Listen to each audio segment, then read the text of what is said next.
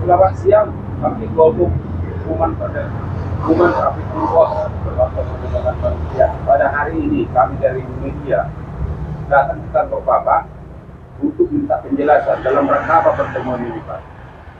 Terima kasih dari media Indopers ya, Siap. sama media Lahatkom, Warta Lahatkom. Media Anak Bangsa. dari mana Pak? Warta Media Anak Bangsa. Yang apa itu Transmedia, betul. Oke. Terima kasih saudara-saudaraku sebangsa tanah air. Assalamualaikum warahmatullahi wabarakatuh. Selamat siang, shalom. Perkenalkan, nama saya Pasar Syotang, SHMH. Saya pada hari ini adalah sebagai Ketua Human Trafficking Watch atau pemantau perdagangan manusia. Yang mana HTW ini atau Human Trafficking Watch ini atau pemantau perdagangan manusia ini, pemantau perdagangan manusia itu Pak, itu ini pemantau perdagangan manusia sudah kami dirikan mulai tahun 2014. Ini adalah lembaga kemanusiaan. Ini adalah lembaga kemanusiaan yang kami dirikan khususnya untuk masalah pemberantasan dan pencegahan perdagangan manusia. Yang akan kita laksanakan di sini adalah banyaknya sekarang perdagangan manusia yang secara kuantitas maupun secara kualitas semakin meningkat. Makanya itulah hari ini kita akan melaksanakan konferensi pers. Kita ingin menyampaikan ke masyarakat tentang perdagangan manusia yang sudah menuju ke Indonesia darurat perdagangan manusia. Itu Pak, apa agenda hari ini? Terima kasih atas penjelasan Pak Ketua HTW. Akhir-akhir ini kita membaca di media ya, bahwa apa sebenarnya fenomena yang terjadi? Kenapa universitas sepertinya terlibat dalam perdagangan manusia ini? Mohon penjelasannya selanjutnya. Terima kasih saudaraku media.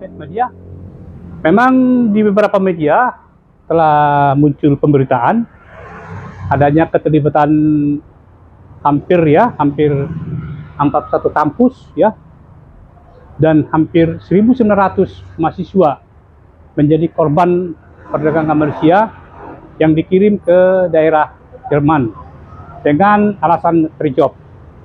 Nah, ini memang sudah ditangani oleh pihak berwajib, ini adalah Mabes Polri sebagai stakeholder penegak hukum. Nah, yang menjadi kita persoalkan adalah fenomena, ya kan?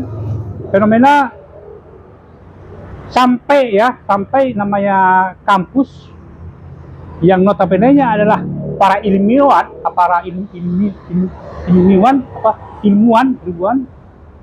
yang harusnya sebagai melahirkan kader-kader bangsa ya, ternyata juga menjadi korban human trafficking, perdagangan manusia. Inilah akibat daripada akarnya ini ya. Inilah akibat daripada kemiskinan maupun angka tenaga kerja di Indonesia kurang, maupun akibat daripada korupsi yang masuk ke segala lini sehingga menimbulkan kemiskinan, dan efeknya sehingga berdampak juga kepada sumber daya manusia kita menjadi rendah. Ketika sumber daya manusia menjadi rendah, sehingga daya ruang kerja pun akan semakin rendah. Nah, momen-momen ini yang membuat peluang-peluang kepada mafia perdagangan manusia ya. Yang selama ini yang mereka lakukan adalah dengan cara mempengaruhi anak-anak perempuan atau remaja yang ada di kampung. Mereka membujuk untuk mempekerjakan di kota. Ternyata mereka dikirim ke luar negeri. Itu selama ini yang kita lihat. Seperti apa yang kita menurut Bank Dunia ya, Bank Dunia menyatakan bahwa hampir 9 juta ya, 9 juta putra-putri bangsa Indonesia ini bekerja di luar negeri. Ini bekerja di luar negeri sebagai pekerja migran atau pekerja ke luar negeri. Yang mana di situ, hampir 4 juta, bisa kita bayangkan ya, hampir 4 juta putra-putra itu bekerja ke luar negeri dengan ilegal atau non prosedural. Nah ini bisa kita bayangkan hampir 4 juta. Nah ini yang pertama. Nah inilah yang menjadi korban-korban daripada atau yang dimanfaatkan oleh mafia-mafia perdagangan manusia. Memang cukup mengerikan, ya, cukup mengerikan. Selama ini kita melihat perdagangan manusia ini hanya sebatas, misalnya datang dari kampung masuk ke kota, namun sekarang secara kualitas, ya, secara kualitas sudah meningkat, bahkan sudah masuk ke kampus. Bahkan korbannya juga sudah, artinya sudah berpendidikan. Yang mahasiswa kan sudah berpendidikan kan, mereka juga sudah berpendidikan. Nah inilah momen-momen atau fenomena yang terjadi di Indonesia ini, bahwa kami dari Human Trafficking Watch atau pemantau perdagangan manusia, kami menyatakan bahwa Indonesia ini sudah darurat perdagangan manusia. Kami nyatakan itu. Sekali lagi saya katakan bahwa kami dari Human Trafficking Watch menyatakan bahwa Indonesia ini sudah darurat perdagangan manusia. Nah, kami juga mempunyai solusi, atau kami juga menyarankan kepada Bapak Presiden sebagai pimpinan tertinggi di Republik ini, maupun Bapak Presiden, maupun kepada para menteri, maupun kepada Bapak Kapolri, maupun kepada Menteri Luar Negeri. Kami minta kepada pemerintah maupun kepada DPR, ya kan, maupun kepada DPR agar membentuk komisi pemberantasan perdagangan orang atau perdagangan manusia, sama dengan di KPK kalau korupsi, komisi pemberantasan korupsi.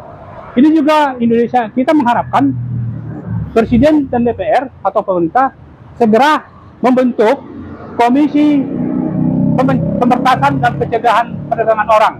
Ini sudah terjadi di Malaysia. Di Malaysia itu ada lembaga anti perdagangan manusia. Dan kita juga meminta agar Indonesia juga membuat persidangan, namanya persidangan anti perdagangan manusia. Jadi di Malaysia juga ada persidangan khusus persidangan perdagangan manusia.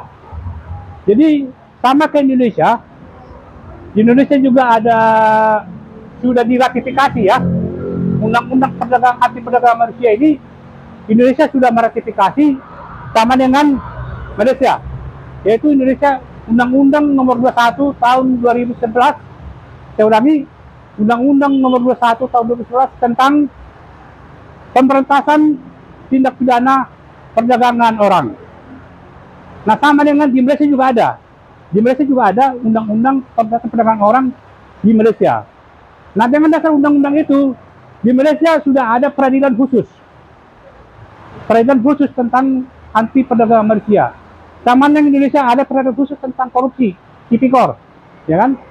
Nah, kita menginginkan Human Trafficking Watch atau pemantau perdagangan manusia menginginkan di Indonesia juga akan dibentuk komisi pemberantasan perdagangan, komisi perdagangan orang, dan peradilan anti perdagangan orang, seperti yang terjadi di Malaysia. Agar apa? Agar betul-betul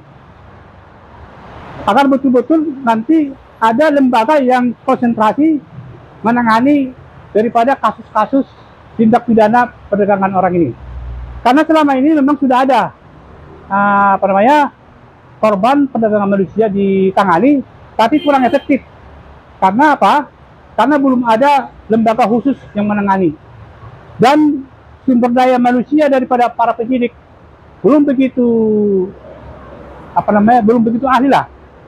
Masih cenderung menganggap perdagangan manusia itu hal yang biasa. Padahal perdagangan manusia itu adalah hal yang luar biasa dan harus membutuhkan keahlian-keahlian khusus dibanding dengan pidana-pidana umum. Itulah harapan kami daripada Human Trafficking Watch atau perdagangan manusia untuk untuk menanggapi kondisi situasi yang ada terjadi sekarang ini, yaitu meningkatnya kualitas dan kuantitas tindak pidana perdagangan orang. Demikian yang kami harapkan kepada Bapak Presiden dan kepada pemerintah. Apalagi? Ada pertanyaan lagi? Ada harapan gitu? Iya, Pak. Karena selama ini kami dari media mengikuti bahwa HTW itu khusus dari Malaysia. Ya. Perwakilan Bapak di sana sangat mati-matian untuk memperjuangkan, karena kami tahu itu yang namanya itu Dewi Kolupa. Ya, ya. Dia sampai berjuang habis-habisan, dan kendala yang paling berat kadang saya itu dikembalikan lagi karena adanya keterlibatan dari imigrasi untuk membuang paspornya. Mereka tinggal di Sumatera Utara, paspornya misalnya keluar dari Jawa Timur. Iya, iya. Ya mungkin ada saran Bapak di kantor yang menangani supaya jangan terjadi lagi hal-hal yang seperti ini, Pak. Ya, memang kasus perdagangan manusia ini artinya kalau ada kasus perdagangan manusia ini tidak bisa dilakukan oleh satu orang, ya kan? Ini sudah dilakukan oleh berantai antara bagaimana seorang sponsor, bagaimana seorang tekong, bagaimana seorang pengumpul ya, pembuat sarana prasarana, penampung, dan termasuk yang memberangkatkan, ya kan? Jadi makanya korban perdagangan manusia ini, ya kan, juga keterlibatan daripada oknum kepolisian, oknum imigrasi. Karena apa? Kok bisa ada orang buta huruf, ya kan, bisa berangkat ke Malaysia atau ke negara sana, kalau dia buta huruf, ya kan? Mestinya kan orang berangkat itu kan ada ujinya kan? Kalau kita membuat paspor, kita ada ujinya. Kamu mau kemana?